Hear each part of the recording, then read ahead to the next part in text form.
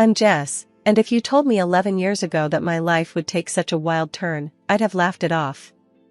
But here I am, stuck in a reality I never imagined. It all began innocently enough. I met Jack at a mutual friend's barbecue. He was charming, with a smile that could light up a room, and we hit it off right away. Fast forward through a whirlwind romance, and we were married, living what seemed like a dream. A year into our marriage, our son Max came into the world, making our little family feel complete. Life got real tough when Max started getting sick all the time. My job was on the line, but my boss, Mr. Harris, he was a lifesaver. Jess, you're a rock star at work, and we can't lose you. How about you work from home? Keep an eye on the little guy and keep the ball rolling here, he suggested. And just like that, my living room turned into my new office. Juggling work calls, Max's needs, and household chores became my new norm. But that's where the fairy tale ended and real life began. As I became this superwoman handling it all, something in Jack changed. The man who used to help around the house, who used to play with Max for hours, began to change. It was like he resented me for being at home, even though it was for our son. He'd walk in from work, not even a hello before he'd slump on the couch, eyes glued to his phone. Jack, could you help Max with his homework? I'd ask after a long day of balancing spreadsheets and laundry. I'm beat, Jess. You handle it. You're home all day, aren't you? He'd reply, not even looking up. His words stung, but I bit my tongue. I didn't want to fight in front of Max, who was becoming more perceptive each day. But it wasn't just me.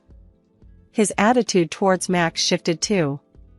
Gone were the days of patient father-son chats. Now, it was all short, snappy comments. Max, quit being a baby. Man up. Jack would snap when Max struggled with something. I tried to talk to Jack about it, to understand what was eating at him. But every attempt just bounced off him like he was made of stone. Jack, we need to talk. This isn't working, I said one evening when Max was at a sleepover. Here we go again.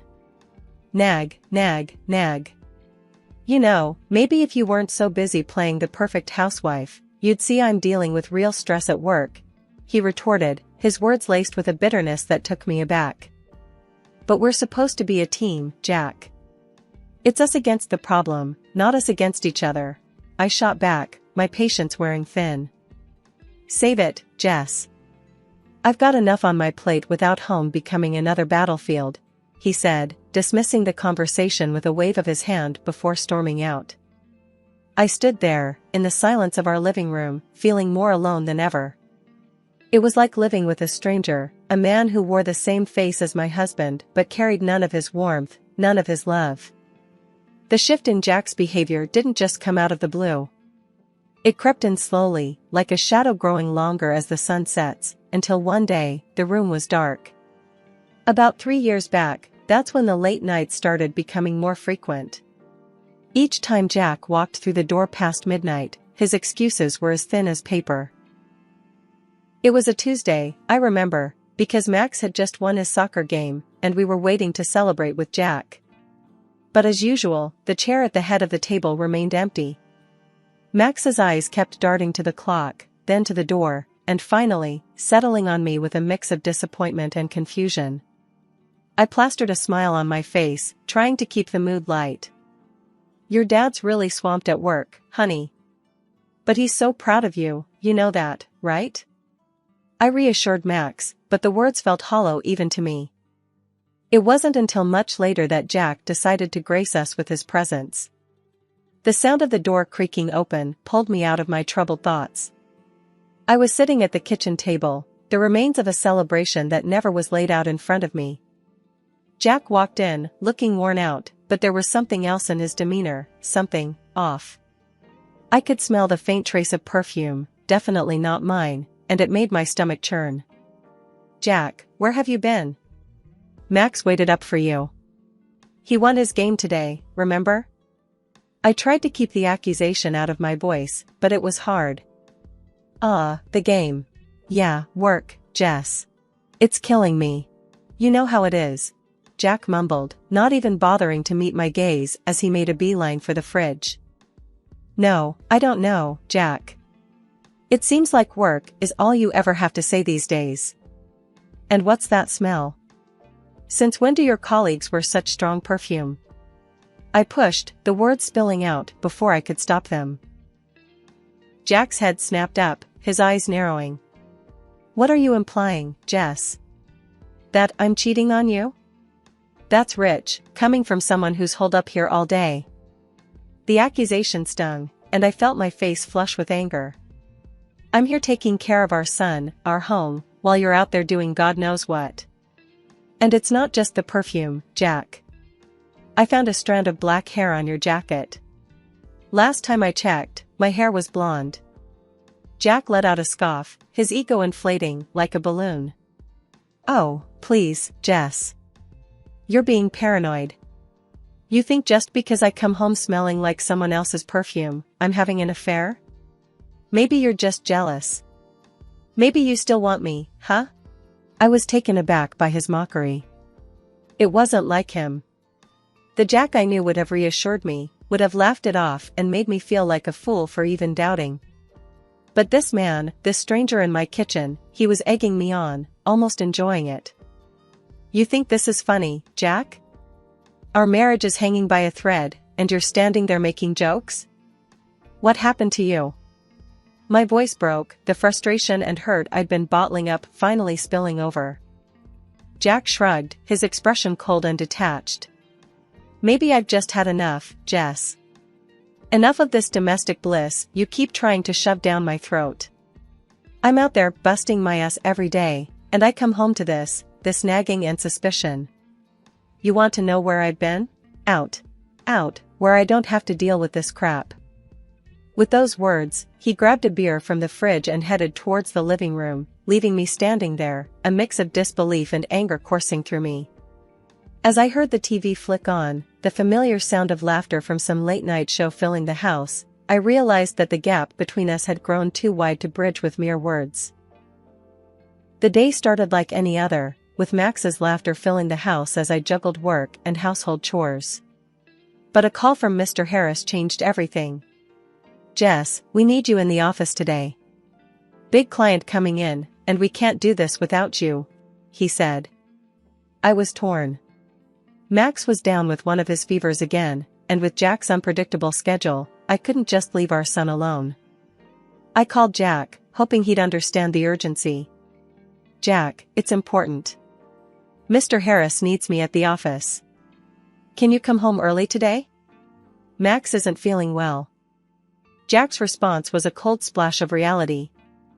Are you kidding me, Jess? You know I can't just leave work in the middle of the day. Handle it, like you always do. His words stung, but there was no time to argue. I called Helen, Jack's mom, and thank heavens, she agreed to help. Of course, dear. You go and take care of your work. Max will be fine with me. The meeting was intense, but we nailed it. Mr. Harris suggested celebrating at a nearby restaurant, and though my mind was at home with Max, I couldn't refuse. We settled into our seats, the clinking of glasses and the murmur of conversations around us. But as I scanned the room, my heart dropped. There, in a dimly lit corner, was Jack, his hand on another woman's, their heads close together in intimate conversation. I felt like I'd been punched in the gut. Mr. Harris noticed my pale face. Jess, are you all right? You look like you've seen a ghost. I shook my head, not trusting my voice. I need a moment, I managed to say, my legs shaky as I stood up. I headed to the restroom, my mind racing. This couldn't be happening. Not Jack. Not us. But the truth was right there, laughing and flirting over candlelight.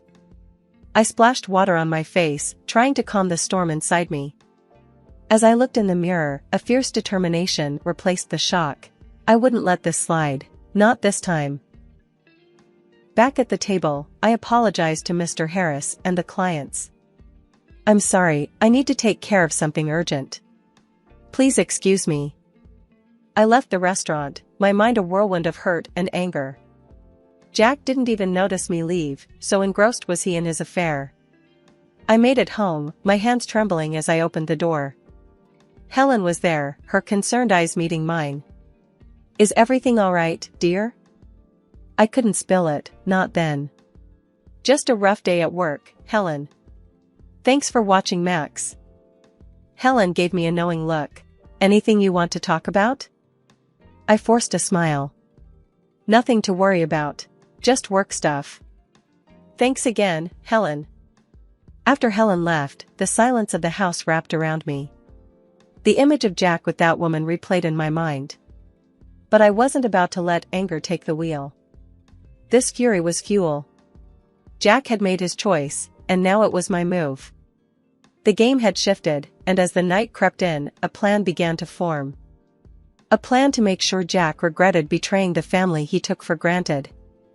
The next morning felt heavy, like I was carrying a weight around my heart. Jack had left early, his usual routine, acting like nothing was wrong. But everything had changed for me. As I watched Max play, his innocence a stark contrast to the mess of our lives, I knew I had to act. But how? I couldn't just confront Jack without proof, and my word against his wouldn't hold up. I remembered a conversation with a friend about a private detective they had used. It seemed like a drastic step, but desperate times called for desperate measures. I waited until Max was settled with his video games, then I made the call. "Hello, is this Mr. Reynolds?" I asked, my voice barely above a whisper. "Yes, this is he." "How can I help you, ma'am?" came the reply, professional and to the point. I took a deep breath.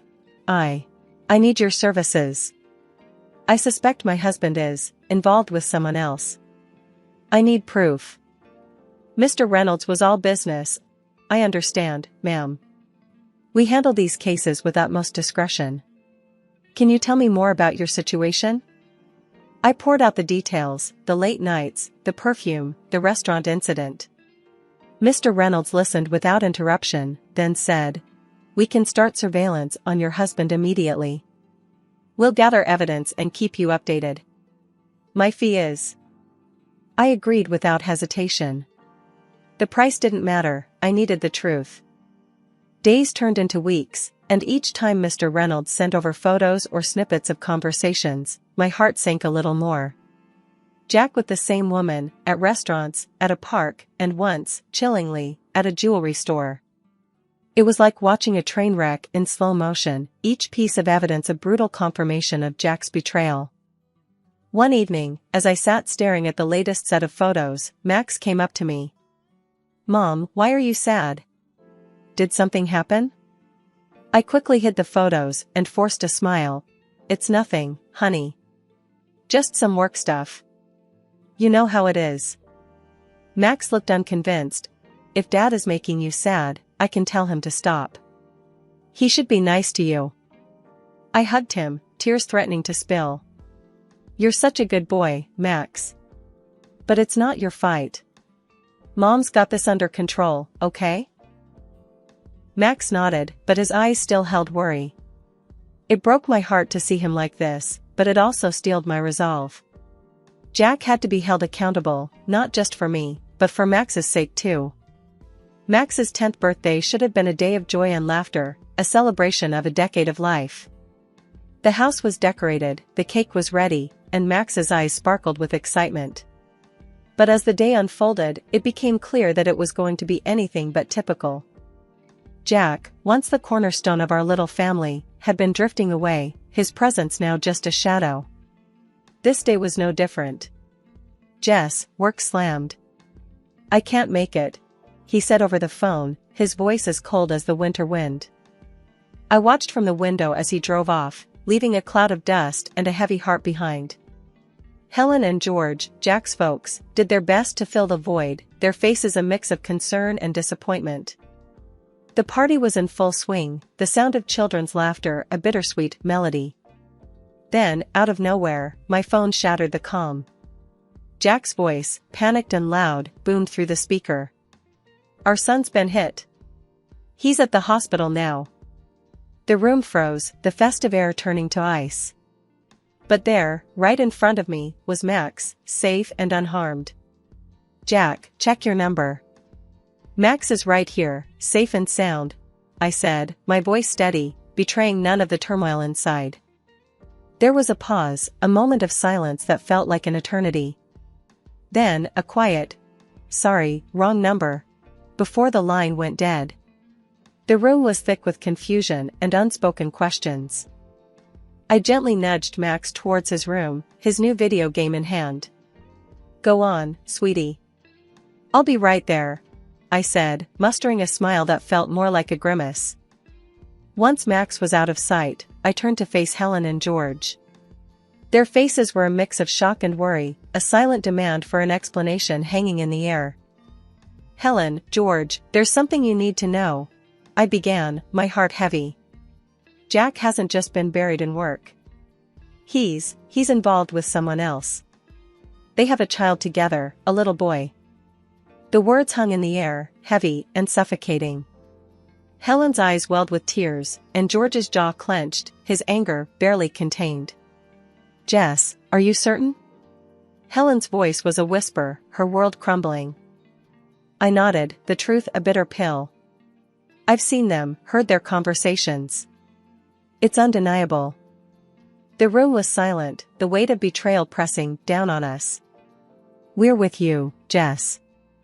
Our son, doing this, it's unforgivable," Helen said, her voice quivering but strong.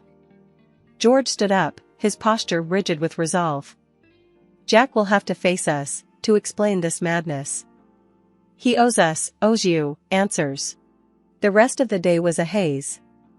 The candles were blown out, the cake was cut, but the joy was overshadowed by the storm that loomed on the horizon.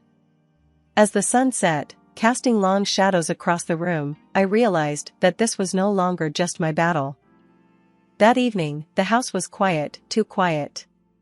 It was the calm before the storm. I sat in the living room, Helen and George by my side, the air heavy with anticipation. We were waiting for Jack, the man who had shattered our lives with his deceit. The door creaked open, and there he was, sneaking in like a thief, unaware of the confrontation that awaited him. He tiptoed towards the stairs, but before he could take another step, I flicked on the light. "Evening, Jack. How's your son? The one who got hit by a car?" I asked, my voice calm but laced with a venom that made him freeze in his tracks. Helen and George sat there, silent sentinels, their eyes fixed on Jack, waiting for his response. Jack's face went pale, his facade crumbling. That was a bad joke, Jess. I didn't mean it." I couldn't help but let out a bitter laugh. "A joke? Is that what you call it?" Without another word, I threw the photos and documents on the table in front of him. Each picture, each piece of paper, a testament to his betrayal. "This is no joke, Jack. This is your other life, laid bare for all to see." Jack's eyes darted from the photos to his parents, the magnitude of his actions finally sinking in. I can explain," he stammered, but his words fell flat. "You're done talking, Jack. These pictures, these documents, they speak louder than any lie you could come up with," I said, my resolve steel. Helen let out a sob, her hands covering her face. George's expression was stone, his disappointment a tangible force in the room. "To think our son would stoop this low," he muttered. Jack turned to his parents, desperation in his eyes. "Mom, Dad, I..." But George cut him off, his voice firm and final. "You've made your bed, Jack. Now you lie in it. I'm cutting you off. Everything you would have gotten goes to Max." Jack looked at me, a last-ditch plea in his eyes. "Jess, please. I'll do anything. Don't do this." But the time for mercy had passed. "You had your chance, Jack. Now it's time you face the consequences. I want a divorce, and I'll make sure you pay for every heartache you've caused." The room was silent, the finality of my words hanging in the air. Jack, defeated and broken, gathered his things, his departure marking the end of our life together, but the beginning of a new chapter for me, for Max, for us. Days after Jack's departure, the echo of the door slamming still hung in the air like a bad odor. I thought I'd seen the last of the drama, but I was dead wrong. The doorbell rang, a sharp, intrusive sound that felt like an invasion. Standing there, with a smirk that could sour milk, was Jack's mistress, her confidence as misplaced as her morals. Well, if it isn't the jilted wife.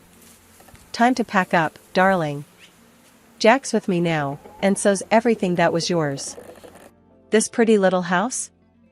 I'm thinking curtains, maybe some new furniture. Her words were like nails on a chalkboard. I couldn't help but laugh, the sound bitter. You're dreaming if you think you can claim my house. This place? It's from my family. Jack couldn't lay a claim on it if he tried. Her smug expression faltered, confusion and anger warring on her face. She whipped out her phone, her false nails tapping furiously. Jack, you better explain this right now. You said this house was ours. In no time, Jack was at the door, his face ashen. The house, it's Jess's, he stammered, avoiding my gaze. The mistress's face turned a shade of red I didn't know existed. You pathetic liar. You promised me a fairy tale, and now you're telling me it's just a bedtime story? I watched the drama unfold, my arms crossed, a smirk playing on my lips. But I had one more card to play. Seems like we're airing dirty laundry today. Why not throw in these? I said, slapping the photos on the table. Looks like someone's been two-timing. Here you are, leaving a hotel with another man. Care to explain, sweetheart? The room erupted into chaos, a tornado of insults, accusations, and shattered illusions. I stood there, the eye of the storm, watching the destruction. Thinking of a paternity test, Jack? Might want to find out if you're really the daddy. The aftermath was a scene from a soap opera. The mistress, her dreams shattered, stormed out, leaving Jack standing in the ruins of his choices. And me? I stood tall, the victor in a battle I never wanted to fight. The final chapter of the tumultuous saga brought both closure and new beginnings. The divorce was more than a legal separation, it was the severing of ties that had bound me to a life of uncertainty and betrayal. Jack, in a desperate attempt to cling to a shred of dignity, underwent the DNA test, only to have his illusions shattered. The child he thought was his bore no trace of his DNA. Helen and George, once the loving grandparents and in-laws, now stood as my steadfast allies. George's decision to create a trust fund for Max wasn't just about securing a future for his grandson, it was a statement, a clear denouncement of Jack's actions. This boy's future won't be clouded by his father's shadow, George had said, his voice heavy with a mix of anger and resolve. The house, once filled with laughter, then whispers of betrayal, was now a sanctuary of peace. It was during one of these quiet evenings that Mr. Harris, or Tom as he insisted, visited. His presence had always been a source of comfort, but this time, there was a different energy about him. Jess, I hope it's okay, me dropping by like this, Tom began, his hands slightly fidgeting, a contrast to his usual composed demeanor. I offered him a smile, the familiarity of his presence a welcome comfort. Of course, Tom. It's always good to see you. He hesitated for a moment, then took a deep breath. Jess, I've been doing a lot of thinking, especially after everything that's happened. I've seen you handle life's curveballs with such grace and strength. It made me realize something I should have acknowledged a long time ago. The air felt heavy, charged with unspoken words and emotions. Tom, what are you trying to say? His gaze met mine, earnest and unwavering. I love you, Jess. Not just as the brilliant colleague you are, not just as the friend who's been by my side. I love you for the incredible woman you are, for the strength you embody. I want to be there for you, for Max, if you'll let me. The confession, honest and raw, stirred something within me.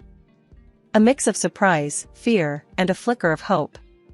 Tom, this is a lot to take in.